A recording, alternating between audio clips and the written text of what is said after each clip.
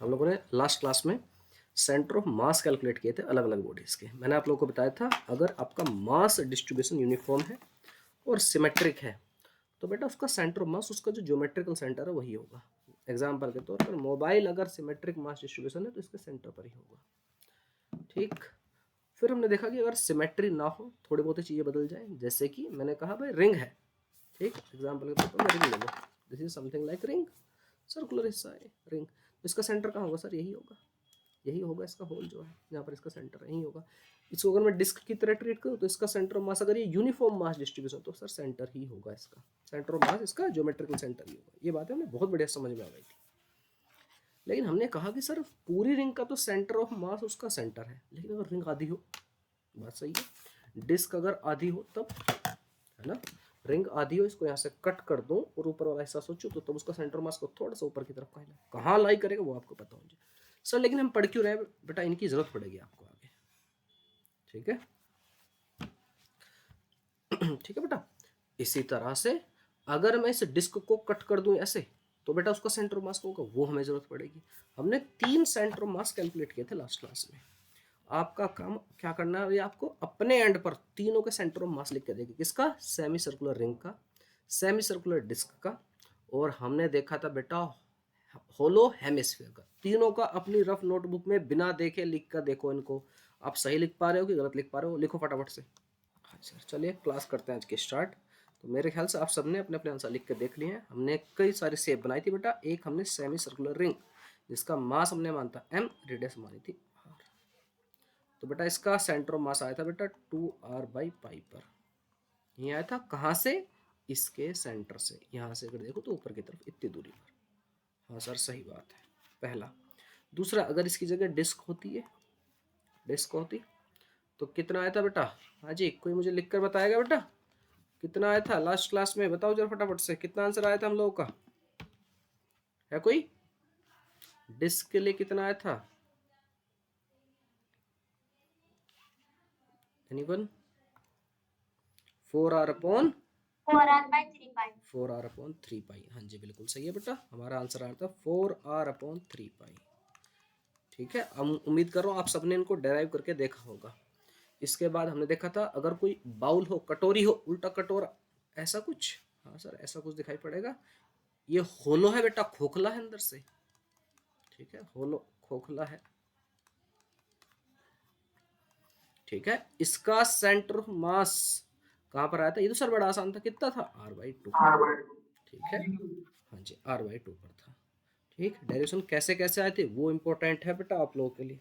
Derivation आपको पता नहीं। देखिए डेरिवेशन सीखना, चाहे वो नीट वाले हो चाहे जे वाले हो, डेरिवेशन मैं आपको इसलिए कराता हूँ बेटा जिससे आपके सोचने का तरीका बढ़े, चीजें डेवलप हो जाएं। ठीक है, जैसा प्रोजेक्टाइल मोशन है, जिंदगी की कहानी भी वैसी है बेटा। अगर आपका टारगेट इतनी हाइट पर है ना, इतनी हाइट पर आपका टारगेट है, तो आपको बेटा टारगेट निशाना अगर यहाँ लगाओगे ना बेटा तो आपके गन से जाकर के स्ट्राइक करेगी। यहाँ आपको निशान लगाना पड़ेगा ऊपर, तब जाकर के इस पर स्ट्राइक करेगी। वही कहानी है, जितना आता है उससे एक लेवल ऊपर पढ़ के चलो तो हम बढ़िया से उसको हिट करेंगे। ठीक है, कुछ नहीं छोड़ना है।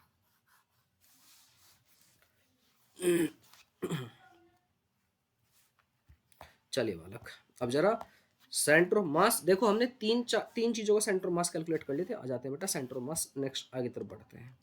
पहला किसका कर लिया था? आप कहेंगे सर सेमी सर्कुलर रिंग का, सेमी सर्कुलर रिंग, जिसके लिए हमारा आंसर आया था कितना आया था बेटा? 2r/पाई। उसके बाद दूसरा हमने किया बेटा सेमी सर्कुलर डिस्क का, आंसर आया 4r/3 पाई। थर्ड किया बेटा आपने होलो हेमिस्फीयर, इसके लिए आंसर आया हमारा r/2। अब चौथी स्ट्रक्चर की तरफ बढ़ते हैं बेटा। चौथी स्ट्रक्चर कैसा? थोड़ा सा जैसे जैसे बताता रहा हूँ वैसे वैसे आप समझते चले जाना। अपने प्याज देखिए, अरे सर कांदा ना, हाँ बेटा कांदा, जिसको कांदा बोलते हैं, प्याज। हाँ जी सर, एक बात नोटिस किया आपने बेटा कांदा कैसा होता है? सर आप कहेंगे सर उसके अंदर लेयर लेयर लेयर होती है, ऐसी कुछ कहानी है कि नहीं? अगर मैं कांदा की बात करूँ तो कांदा में क्या होता है बेटा? लेयर्स होती है।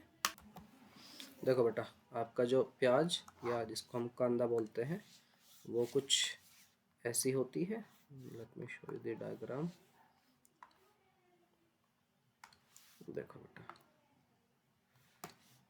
कुछ ऐसी कहानी ऐसी होती है। आप कहेंगे हाँ सर यही तो है। तो बेटा आप क्या आप इसको लेयर लेयर एक एक हटाता चला जाऊं तो don't you think it is made up of, ये सॉलिड है, सॉलिड स्फीयर होता है जब पूरी की पूरी प्याज होती है, पूरी की पूरी प्याज आपकी सॉलिड स्फीयर होती है। देखो ये रहा, एग्री कि नहीं? हाँ सर सॉलिड स्फीयर है। अगर मैं एक एक लेयर हटाता चला जाऊं तो don't you think it is made up of बहुत सारे infinite number of hollow sphere से मिलकर बना हुआ कि जिनकी रेडियस आप चेंज करते हो। देखो बेटा, किसी भी एक लेयर को उठाऊंगा मैं, क्या ये आपकी होलो स्फीयर की तरह बिहेव करेगी कि नहीं? किसी भी एक लेयर को उठाऊंगा तो देखो ये आपका होलो स्फीयर की तरह बिहेव कर रही है।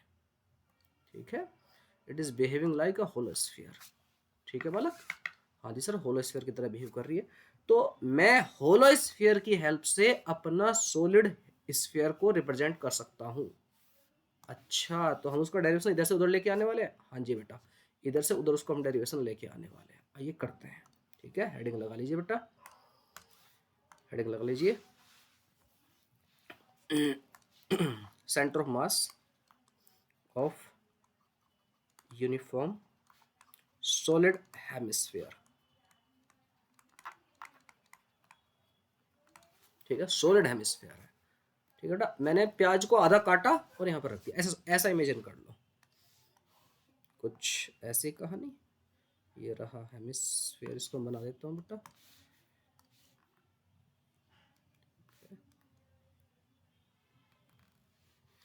ऐसी कुछ कहानी,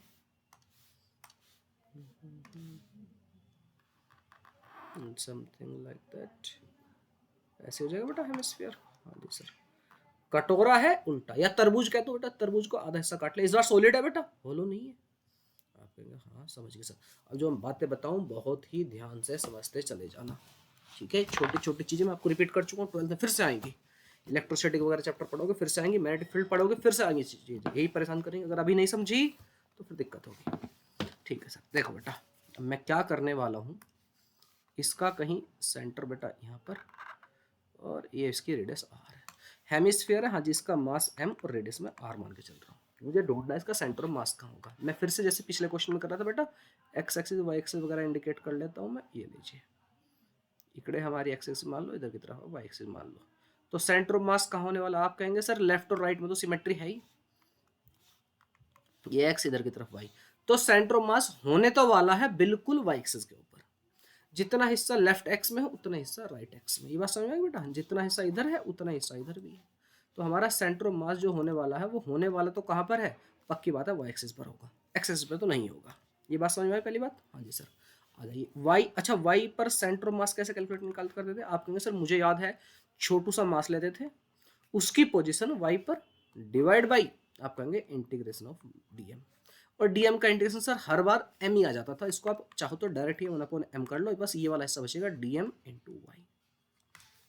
यहाँ तक किसी को किसी बच्चे को कोई दिक्कत नहीं होनी चाहिए। ठीक लग रहा है सर सब कुछ? कोई दिक्कत नहीं। अब सुनो मेरी बात, मैं क्या करने जा रहा हूँ और कैसे करने जा रहा हूँ। यहाँ पर जो मास है यूनिफॉर्म है, सॉलिड है, सॉलिड है। तो आप कहेंगे यूनिफॉर्म का मतलब है मास का डिस्ट्रीब्यूशन यूनिफॉर्म है। अच्छा, यहाँ पर मास कैसा बिखरा हुआ? किसी लेंथ पर, किसी सरफेस पर? नहीं सर, पूरे का पूरा सॉलिड है ना। तरबूज, आधा तरबूज कटा हुआ है तो उसके तो सब जगह मास होता है। हाँ जी, तो बेटा यहाँ पर आपका आपकी जो डेंसिटी है वो डेंसिटी कौन सी होगी? लीनियर? नहीं सर। सरफेस? क्या तरबूज के ऊपर ऊपर मास होता है क्या? खाने वाला हिस्सा जो रहता है मास, MASS, मीट वाला मास नहीं। ठीक है, आप कहेंगे नहीं नहीं सर, उसके तो अंदर भी रहता है मटेरियल, है ना। जैसे चीकू होता है, चीकू हो गया, संतरा हो गया, कोई भी गोल फल, सेब हो गया, आपका सब जगह रहता है तो सर खाने का हिस्सा। हाँ जी, तो बेटा यहाँ पर मास कौन सा? सर पूरे वॉल्यूम में भरा हुआ है। तो पूरे वॉल्यूम में जो मास फिल होता है उस डेंसिटी को बोलते हैं बेटा मास पर यूनिट वॉल्यूम, जो आप 8th 9th 10th तक पढ़ते हुए आते हो। ठीक है बेटा, ये रही density. Density equal to mass upon volume, ये कांस्टेंट रहेगी। इसको बोलते हैं बेटा सिंपली, या तो डेंसिटी वर्ड हम जनरली इस्तेमाल कर लेते हैं, नहीं तो बेटा वॉल्यूम मास डेंसिटी या फिर वॉल्यूम मैट्रिक डेंसिटी बोलते हैं। वॉल्यूम मास डेंसिटी, हमने 3 तरह की डेंसिटी पढ़ ली है बेटा। है ना। कौन कौन सी, आप कहेंगे सर लीनियर मास डेंसिटी, जहां पर एक लीनियर लाइन के ऊपर मास डिस्ट्रीब्यूटेड हो यूनिफॉर्मली, जैसे कोई रोड हो गई, कोई वायर हो गई। दूसरी कौन सी पढ़ी हमने, दूसरी पढ़ी सर हमने सरफेस मास डेंसिटी, जैसे कि हमारी बुक हो गई, हमारा पेपर हो गया, उसके ऊपर पूरी सरफेस पर मास दिख रहा। तीसरी कौन सी, हमारी वॉल्यूम मास डेंसिटी, जिसमें वॉल्यूम में मास भरा हुआ हो। बुक की थिकनेस भी कुछ होती है, तो बुक के अंदर सही, अगर एक पेज को देखो तो उस पर कौन सा सरफेस मास डेंसिटी, लेकिन पूरी बुक को देखो, बुक मोटी होती है ना, हाँ जी सर, तो वो कौन सी, वॉल्यूम मास डेंसिटी। अच्छा ये बात है सर, हाँ जी समझ आ गई बात। तो इसका जो रो है, इसको बेटा रो से इंडिकेट, रो बोलते हैं इसको, रो, ठीक है। जो हमारा ये वाला टर्म था, इसको लैम्बडा बोलते हैं लीनियर मास डेंसिटी को, इसको सिग्मा बोलते हैं मतलब सरफेस मास डेंसिटी, और हमारी रो है, इसको हम वॉल्यूम मास डेंसिटी जनरली हम इससे इंडिकेट करते हैं जनरली। कोई क्वेश्चन में करना चाहे अलग अलग सिंबल लेना चाहे तो अलग सिंबल भी ले सकते हैं, मना तो नहीं है, ठीक ओके। अगर ये यूनिफॉर्म है, इसका मतलब अगर मैं कहीं पर छोटा सा मास काटूं और उसका छोटा सा वॉल्यूम लूं, तो ये भी बात सत्य रहेगी, बिल्कुल बिल्कुल यूनिफॉर्म है तो सही रहनी चाहिए सर, ठीक है। तो छोटे से मास को मैं लिख सकता हूं डेंसिटी इंटू डीवी। एग्री हो, आप कहेंगे हाँ ठीक लग रही है बात। अब आगे का स्टेप जो है वो सबसे इंपॉर्टेंट है अब तक की कहानी का, उसको जरा बड़े ध्यान से समझना, ठीक है। ठीक है सर बताइए, सुनो बेटा, अब जो मैं आगे की बातें करना जा रहा हूं उसको जरा ध्यान से समझना।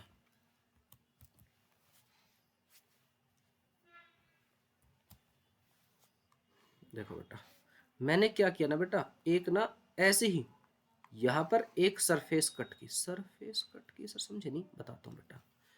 ऐसी सरफेस कट कर रहा हूं मैं, जिससे ये छोटे वाली रेडियस आर है जिसकी, ठीक है बेटा, छोटे वाली रेडियस मैंने आर मान ली इसकी, इस वाले हिस्से की, लेट इट बी, इसकी रेडियस बेटा, मैं ये कलर नहीं बदल पा रहा हूँ मैं, I don't know what to do.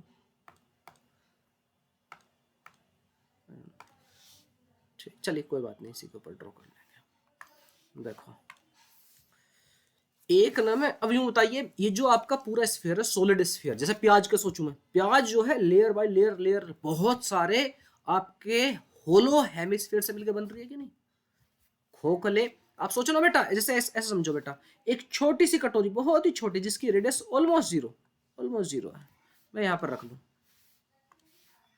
ये छोटी सी कटोरी, कुछ दिक्कत हो रही है क्या, देयर इज सम प्रॉब्लम, देख सकते हो बेटा, ये चल का ही नहीं रहा है।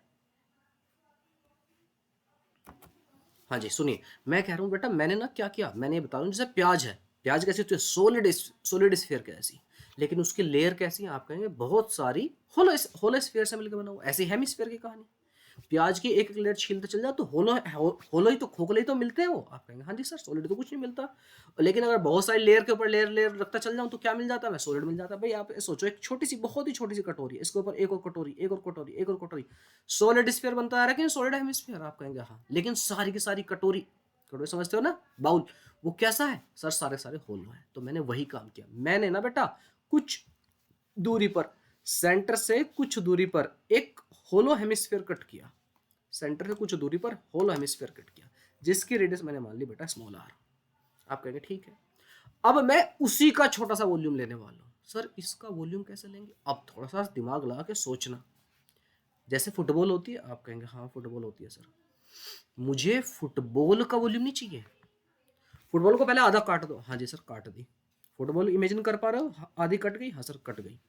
मुझे फुटबॉल का वॉल्यूम नहीं चाहिए, फुटबॉल तो स्फेरिकल है, मुझे फुटबॉल की जो चमड़ी होती है ना बेटा, फुटबॉल की जो स्किन होती है उसका वॉल्यूम चाहिए। आप कहेंगे सर उसका वॉल्यूम कैसे निकालूं मैं, बताता हूं मैं। देखो बेटा, इस वाले हिस्से का ये हेमिस्फीयर है, हेमिस्फीयर का सरफेस एरिया का फॉर्मूला क्या होता है सर, 4 पाई r² तो पूरे का होता है, तो 2 पाई r² होता है कि नहीं, पूरे स्फीयर का, पूरी फुटबॉल का एरिया कितना होता है, आप कहेंगे 4 पाई², ये तो सर आधा है, इसका कितना होगा 2 पाई r², ये तो हो गया एरिया।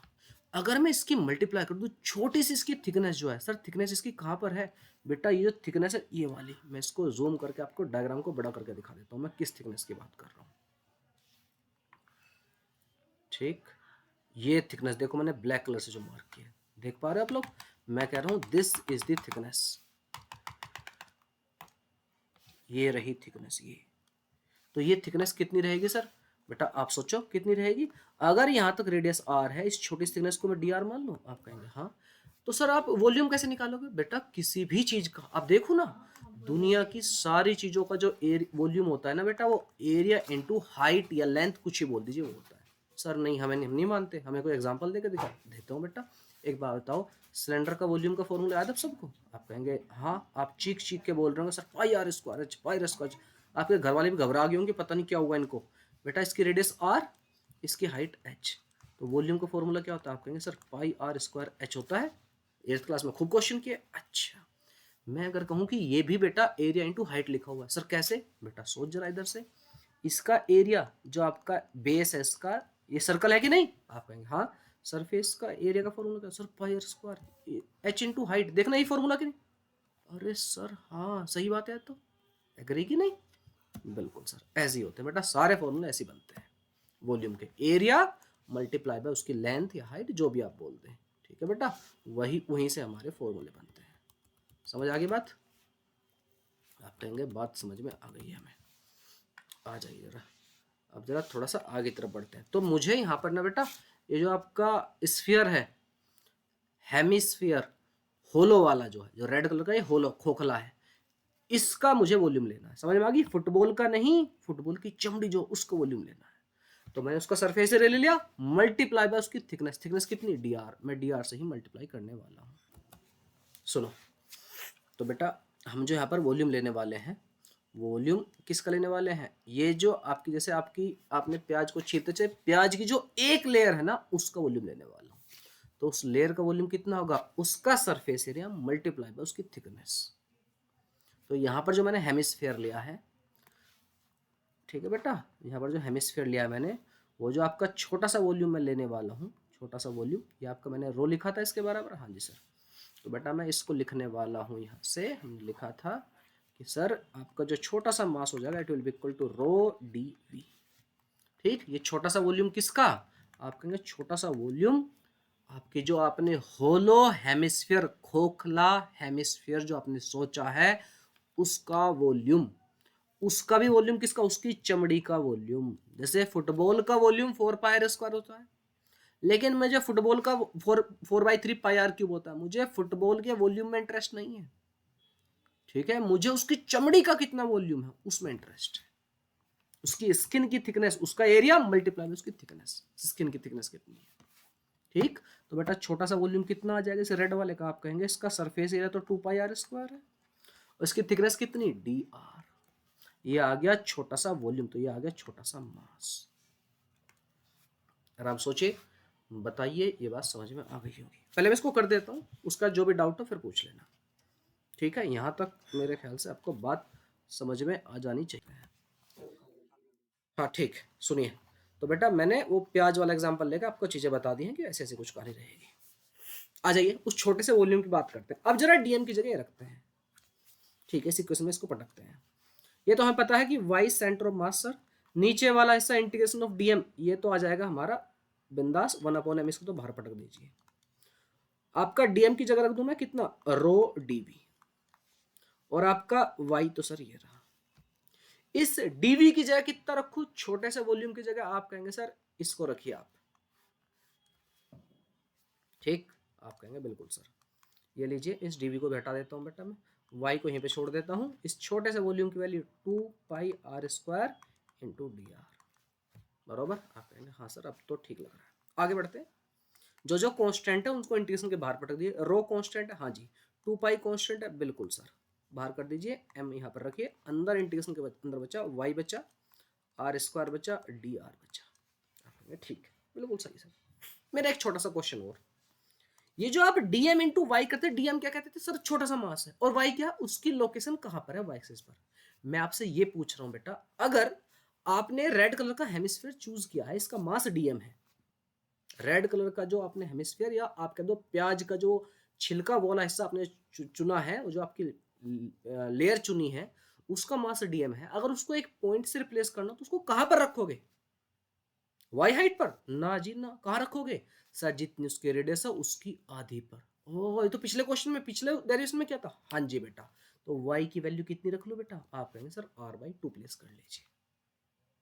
मैं फिर से रिपीट कर रहा हूं, मैंने कहा कल हमने डेरिवेशन किया था होलो स्फीयर के लिए, होलो हेमिस्फीयर के लिए, आपका सेंटर मास का था, आप कहेंगे सर r/2 पाया था, जितनी रेडियस है उसके आधे पर। मेरा क्वेश्चन ये है डीएम मास किसका माना आपने, डीएम, आप कहेंगे डीएम मास माना है मैंने उस हिस्से का, छोटे से हिस्से का जिसके बारे में बात कर रहा हूं।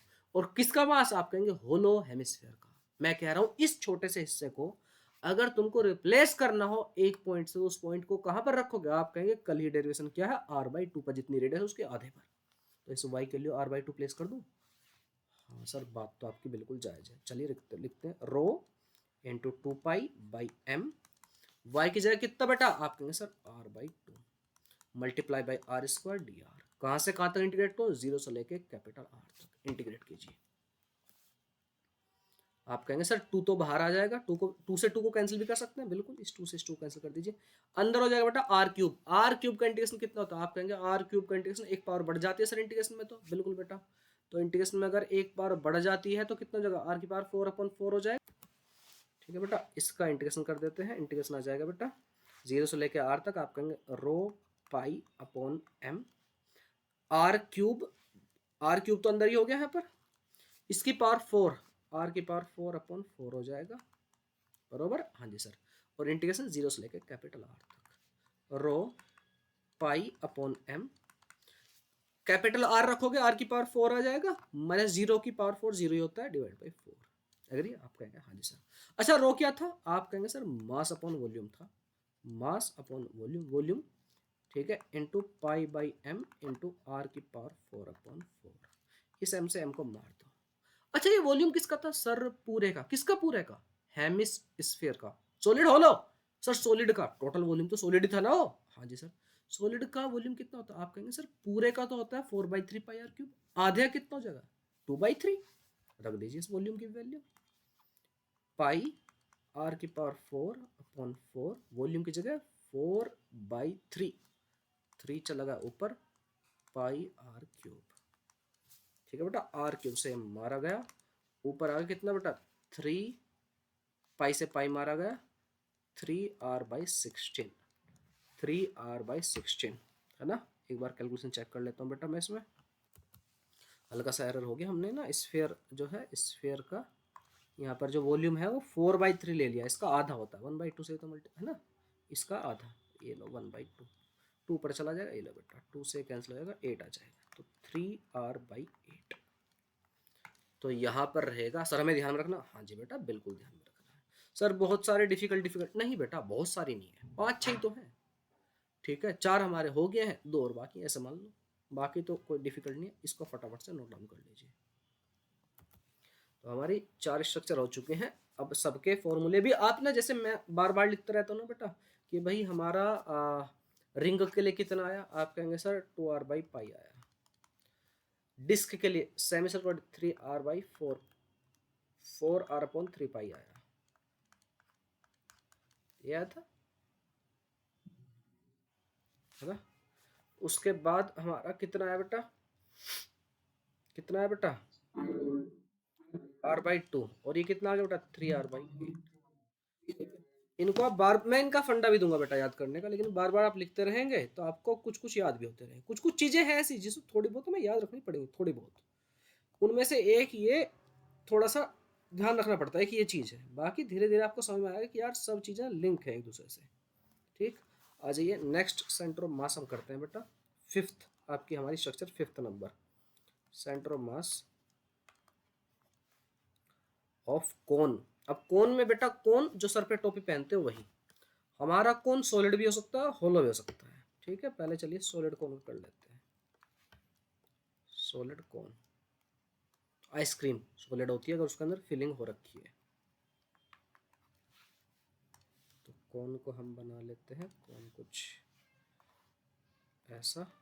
सर ये तो उल्टा बना दिया आपने, हाँ मैं उल्टा बना के चलूंगा, इसके वर्टेक्स से दूरी फाइंड करूंगा मैं।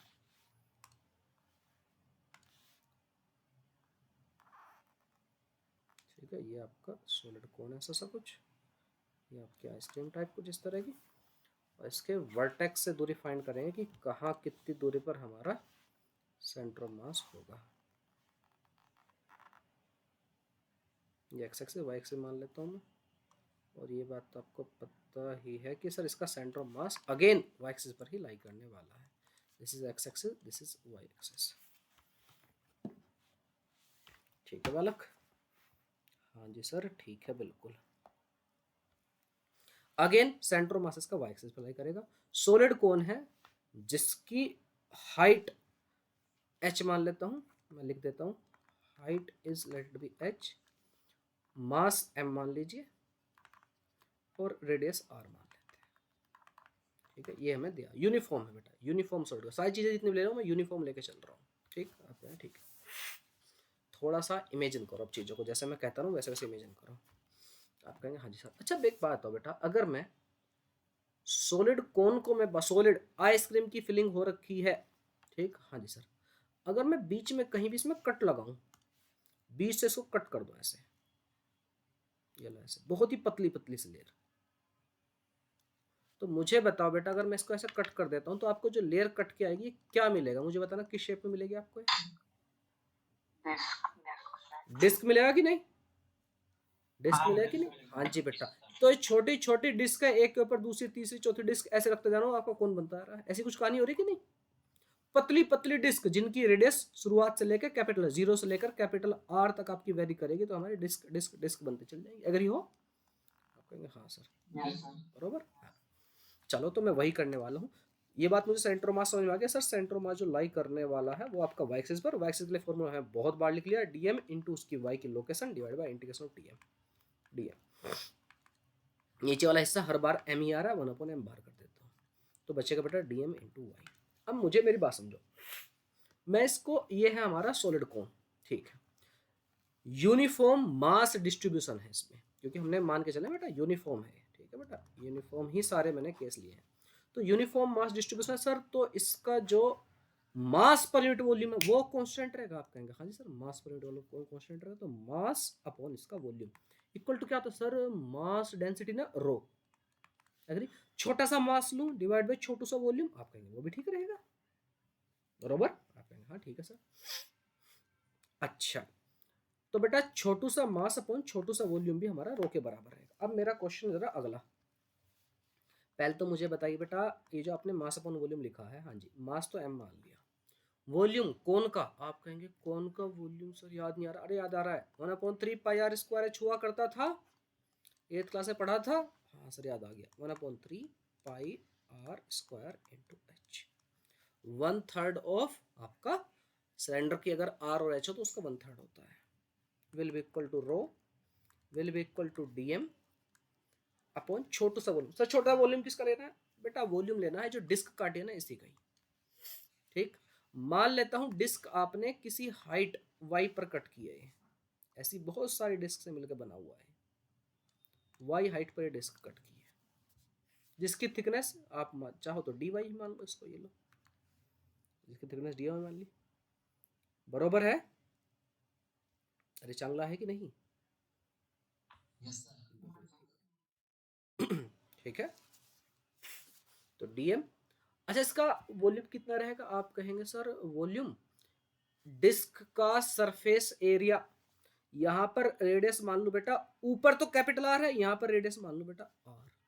इस डिस्क, अच्छा किसी डिस्क का वॉल्यूम कितना होता है सर? डिस्क का वॉल्यूम, हाँ हाँ, एक डिस्क कट करोगे तो डिस्क कैसी शेप में रहती है? सिलेंड्रिकल होती है कि नहीं? जो कॉइन है आपका सिक्का, इजंट इट सिलेंड्रिकल? थोड़ा सोचो, उसकी थिकनेस भी रहती है बेटा कुछ, अगर कि नहीं? आप कहेंगे हाँ जी सर। तो उसका फॉर्मूला कैसा रहेगा? आप कहेंगे πr², रेडियस r है, h कितना लू, dy ले लूं? थोड़ा सोचो और बताओ मुझे, थिकनेस उसकी dy ले लो, छोटी सी थिकनेस जो है, बरोबर। तो बेटा dm इक्वल टू कितना आ गया? आप कहेंगे sir rho into πr² dy आ गया sir, rho into πr² dy।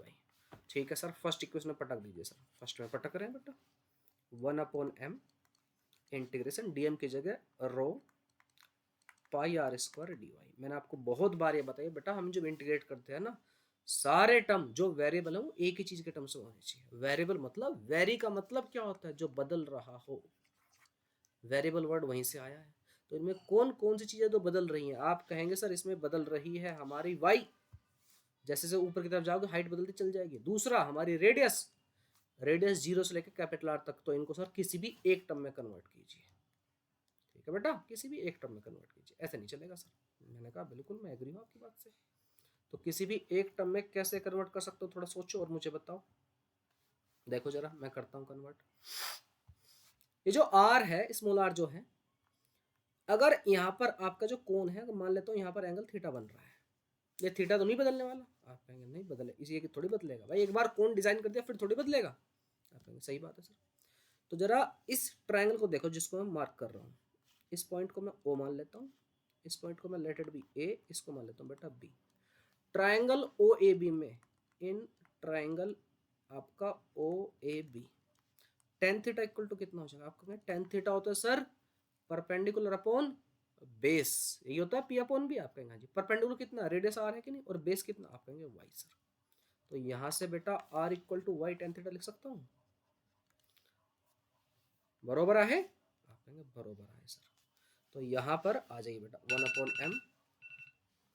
Upon M यहाँ पर रो कॉन्स्टेंट है, बाहर पटक दो, पाई कॉन्स्टेंट है, बाहर पटक दो, स्मॉल आर की जगह क्या रख दूं, वाई टेन थीटा, उसका स्क्वायर है, हाँ जी सर। तो बेटा y square tan square theta d Y.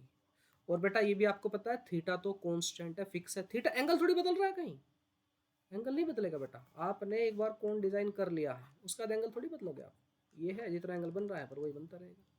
तो ये भी आपका कांस्टेंट है, बरोबर सर। तो बेटा rho pi upon m, tan square theta को बाहर पटक दो, अंदर बचेगा वाई स्क्वायर डी वाई। अच्छा इसका इंटीग्रेशन कर दे सर, हाँ वाई स्क्वायर यानी x square D x type है, तो कितना हो जाएगा वाई क्यूब बाई थ्री। आप कहेंगे हाँ जी sir y cube by three इसका इंटीग्रेशन होगा। और कहाँ से कहाँ तक वेरी कर रही है वाई? आप कहेंगे शुरू में तो वाई क्या इसकी हाइट है ना, कहाँ तक, कैपिटल एस तक। आप कहेंगे समझ में आ गई सर बात, आ जाइए। क्या बेटा? हाँ हाँ हाँ। अच्छा वाई रह गया क्या, एक सेकंड मैं देख लेता हूँ, let me check it out, अगर छूट गया तो कोई। डी एम इंटू वाई था, ओके लेट मी चेक, कहीं मुझसे एरर हो गया है क्या? हाँ ठीक ठीक, नहीं यू आर करेक्ट बेटा। एक वाई अभी भी तो यहाँ पर रह गया बेटा, यहाँ पर वाई भी था, एक वाई और है यहाँ पर। तो यहाँ पर क्या हो जाएगा बेटा, एक वाई ये रहा, यहाँ पर कितना हो जाएगा बेटा, वाई क्यूब ऑलरेडी वाई की पावर फोर हो जाएगा, वाई की पावर फोर अपॉन फोर ये जाएगा, एग्री हो बेटा? हाँ डी एम इंटू वाई भी था ना, एक वाई और ये था। चलो चलिए, रो की वैल्यू, रो आपने कहा सर मास अपॉन वॉल्यूम था, वॉल्यूम किसका, कोन का, कितना होता है वन अपॉन थ्री, थ्री चला जाएगा ऊपर, यहाँ पर आ जाएगा बेटा pi r square h, multiply by, ये रो की वैल्यू लिख लिया, multiply by pi divide by m, tan theta. Tan theta देखना बेटा जरा, ये भी लिख सकता हूँ क्या मैं टेन थीटा को? हाँ बताओ सर क्या लिख सकते हो टेन थीटा को? ये ट्राइंगल ओ ए भी देखा था, ट्राइंगल ओ सी, और इसको मैं डी बोल दूं मैं, तो आप कहेंगे टेन थीटा इक्वल टू कितना है बेटा? आप कहेंगे tan theta is equal to, इसकी radius r, r upon total height h, ये भी तो है, यस और नो? इस ट्रायंगल को देखो बेटा, इसको यहाँ से यहाँ तक, एग्री हो? तो जहां पर टेन थीटा था, टेन स्क्वायर थीटा, उसकी जगह हम आर बाई एच भी लिख सकते हैं। तो मैंने टेन स्क्वायर थीटा को r square by h square भी यहाँ पर कर दिया है, बरोबर बेटा? आप कहेंगे ठीक है सर। यहाँ पर y की power four upon four, H तक आपका वेरी करना, तो h की पावर फोर अपॉन फोर, जो जो कैंसिल आउट हो सकता है सबको कैंसिल आउट करते चले जाइए। m से m को मार दो, पाई से पाई को मार दो, ठीक। यहाँ पर एक एच स्क्वायर यानी एच क्यूब बन गया, यहाँ पर h की पावर फोर है, ये मर गया, आर स्क्वायर से आर स्क्वायर मर गया, क्या बचा ऊपर? आप कहेंगे बस थ्री बचा सर, और h बचा, three H by four, three H by four. लेकिन ये ध्यान में रखिए बेटा, थ्री एच बाई फोर कहाँ से आया, आपको ना क्वेश्चन में घुमा देता है कभी कभी, ठीक है? थ्री एच बाई फोर उसके वर्टेक्स से दूरी है, उसके बेस से नहीं, यहां से थ्री एच बाई फोर है। अगर आपके बेस से पूछे तो टोटल हाइट कितनी थी बेटा, एच, तो बेस से कितनी दूरी हो जाएगी? आप कहेंगे एच बाई फोर, समझ में आ गई? वर्टेक्स से, फ्रॉम दी वर्टेक्स, वर्टेक्स से इतनी दूरी है। बेस से अगर पूछे तो बेटा या तो ये कह दो या फिर कह दो h by four from the base, base of cone,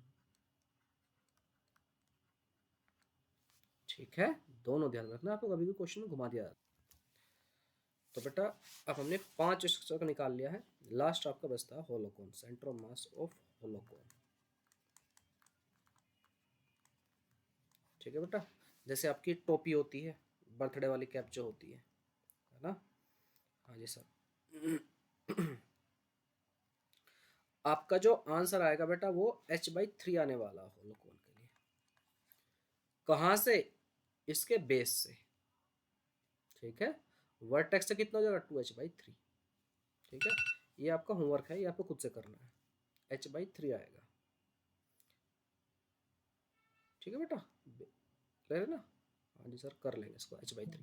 तो बेटा 6 के 6 का हमें याद रखना है, 6 के 6 का हमें याद रखने की कोशिश करेंगे भाई कैसे याद रखना है। कल मैं आपको इसका फंडा बताऊंगा कि कैसे आप 6 के 6 को ध्यान में रख सकते हो। ठीक है, 2-3 तरीके हम इस्तेमाल करेंगे और 6 के 6 को हम कोशिश करेंगे हमारे याद रह जाए, हमारे क्वेश्चन बन जाए, क्योंकि हर बार एग्जाम में, एग्जाम बहुत कम टाइम रहता है, वहाँ पर हम डराइव करके नहीं देखेंगे इसको।